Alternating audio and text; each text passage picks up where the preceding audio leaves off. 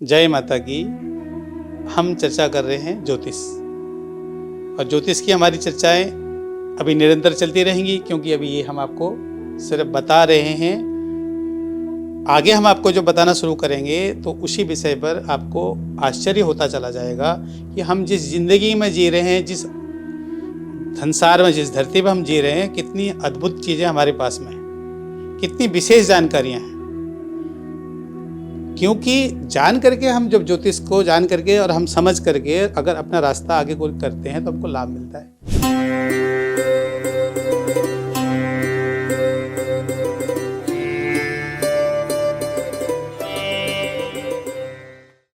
बाहर बारिश ने आना तय है या तूफान ने आना तय है, और हमको पता चल गया कि तूफान आने वाला है, तो हम क्या करेंगे? हम उस तूफान से बचने का कोई ना कोई उपाय सोच के चलेंगे, उस उपाय के हिसाब से अपनी मन को बना के चलेंगे। या तो हमको लगा बारिश आ रही है तो छाता लेके चलेंगे, छाता नहीं लेके जाएंगे तो हम कहीं रुकने का स्थान देखेंगे कि हम कहाँ बच सकते हैं। अब कोई बोलेगा कि नहीं नहीं, तूफान तो आना ही है। कुछ बहुत सारी बात हम सुनते हैं कि जैसे लोग कहते हैं नहीं नहीं, ऐसा तो होना ही है, वो तो होगा ही।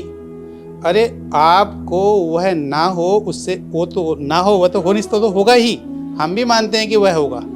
ज्योतिष में कहीं ये नहीं कहा गया है कि जो होना है वह रुक जाएगा, मगर उसके लिए आप मेंटली प्रिपेयर होके, आप दिमागी तौर पर सावधान होकर उसके लिए जा सकते हैं। आप उससे उतना तो बचेंगे ना। अगर आप ठंड में कहीं बाहर जा रहे हैं और पानी बरसने की संभावना है और पानी बरस गया तो आप पूरी तरह भीग जाएंगे, बीमार हो सकते हैं। अगर आप छाता लेके गए हैं तो बच रहे हैं। ज्योतिष के बाद उपाय का नंबर आता है, हम उसमें बात करेंगे। जैसे हमने पिछली वीडियो में आपको बताया कि आपको ज्योतिष को जानना आपको बहुत जरूरी है। आप पहले ज्योतिष के बारे में समझें, आपको उसको समझना पड़ेगा।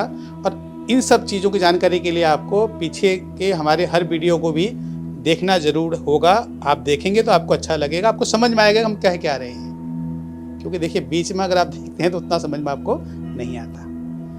अब हम आते हैं कि भाई है क्या ज्योतिष।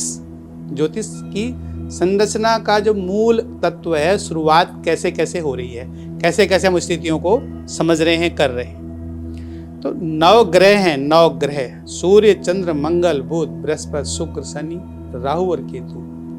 तो ये 9 ग्रहों में से जो 7 ग्रहों का अस्तित्व है ना, वो बहुत महत्वपूर्ण है। उन 7 ग्रहों के अंदर वो 12 राशियां बटी हुई हैं। और ये देखिए, सबसे बड़ी विशिष्ट बात क्या है कि जो बहुत पावरफुल ग्रह हैं, सूर्य और चंद्रमा, उनको सिर्फ एक एक घर मिला है, और बाकी के जो 5 ग्रह हैं उनको 2-2 घर मिले हुए हैं। और राहु केतु के पास कोई भी अपना घर नहीं है। अच्छा, थोड़ा सा हम आपको इसमें एक चीज और बताना चाहेंगे कि राहु की उत्पत्ति कैसे हो गई, राहु कहाँ से आ गए और केतु कैसे बन गए। तो आपने सुना होगा समुद्र मंथन के बारे में, बहुत बड़ा दृष्टांत था, वो सब नहीं बताना चाहेंगे। इतना बताएंगे कि समझने के लिए आपके कि समुद्र मंथन हुआ तो राहु और केतु जो थे ना, वो स्वर भानु नाम का एक राक्षस था। जब समुद्र मंथन में अमृत कलश निकला तो उसके लिए उस बार वह बारी थी देवताओं की, मगर क्योंकि अमृत कलश निकला तो भविष्यवाणी भी हुई।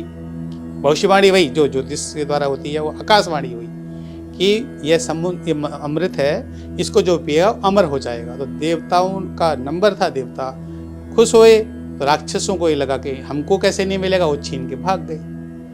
अंतोगत्वा समुद्र मंथन का जो अमृत था वो निकल के भागे, कई जगहों पर गए। और जब 1 वर्ष के बाद वो वापस आए।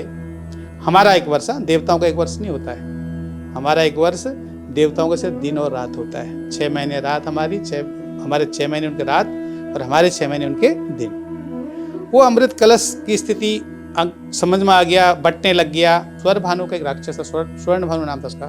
क्या था? स्वर्ण भानु। तो वो बहुत ही बुद्धिमान था, बहुत ही चालाक था। वह अपना भेष बदल के देवताओं के बीच में बैठ गया और उसने अमृत को पी लिया। इतने में सूर्य और चंद्रमा ने उसको देख लिया। देखने से उन्होंने इशारा कर दिया कि ये तो राक्षस है। भगवान विष्णु ने चक्र से गला उसका काट दिया, क्योंकि अमृत पी चुका था। तो गले का ऊपर का हिस्सा, नीचे का हिस्सा, दोनों जीवित हो गए। नीचे का हिस्सा बन गया केतु और ऊपर का हिस्सा बन गया राहु। तो तब से सूर्य और चंद्रमा की जो हमारी शास्त्रीय कहानी कहती है, वो ये कहती है कि हमेशा सूर्य और चंद्रमा का राहु और केतु के साथ में बैर हो गया, जिसको राहु केतु मानते हैं कि इसकी वजह से हम एक शरीर की जगह 2 टुकड़ों में बट गए। तो राहु के पास क्या है? टोटली दिमाग, जितना जाल साल उल्टा सीधा सब राहु के पास। और केतु के पास क्या है? हृदय। हृदय मतलब अमृत। केतु जीवन में अमृत करता है और राहु विष खोलता है, जुआ खिलाता है, सट्टा करता है। अब आप लोगों में से बहुत से लोग इस बात में, माता पिता भी बहुत चिंतित रहते होंगे, बच्चा अपना सही काम नहीं करता, स्कूल के लिए उसको हम भेज रहे हैं पढ़ने के लिए, वो कुछ और करने लग गया। तो ये कई बार राहु के बड़े प्रभाव होते हैं और बड़े विचित्र प्रभाव होते हैं। आपके बच्चे को वो राहु एक काम अच्छा कराता है तो 99 काम गड़बड़ करा दे सकता है, खराब कर सकता है। आपको आपके बच्चे की स्थिति खराब हम बताएंगे, धीरे धीरे हम बातें बताएंगे, उसके एक एक ग्रह के गणना बजाएंगे। हम यहाँ पहुंच रहे थे कि 7 ग्रहों को घर मिल गया, राहु केतु का कोई घर नहीं। राहु केतु की खास स्थिति है, जिस ग्रह के साथ बैठते हैं या जिस घर में बैठते हैं उस घर को वो अपना बना लेते हैं और उसी हिसाब से उस घर को चलाने लग जाते हैं। अच्छी जगह में बैठ गए तो अच्छा फल, बुरी जगह में बैठ गए तो बुरा भाव।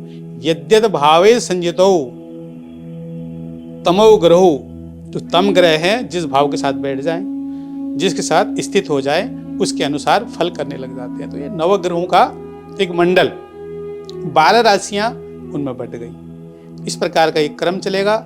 आप इसको समझते जाएं, आपको दिनों दिन आनंद आता चला जाएगा और आप समझ पाएंगे कि आप किस प्रकार की जिंदगी को जी रहे हैं और आपको कहाँ क्या लाभ मिलेगा।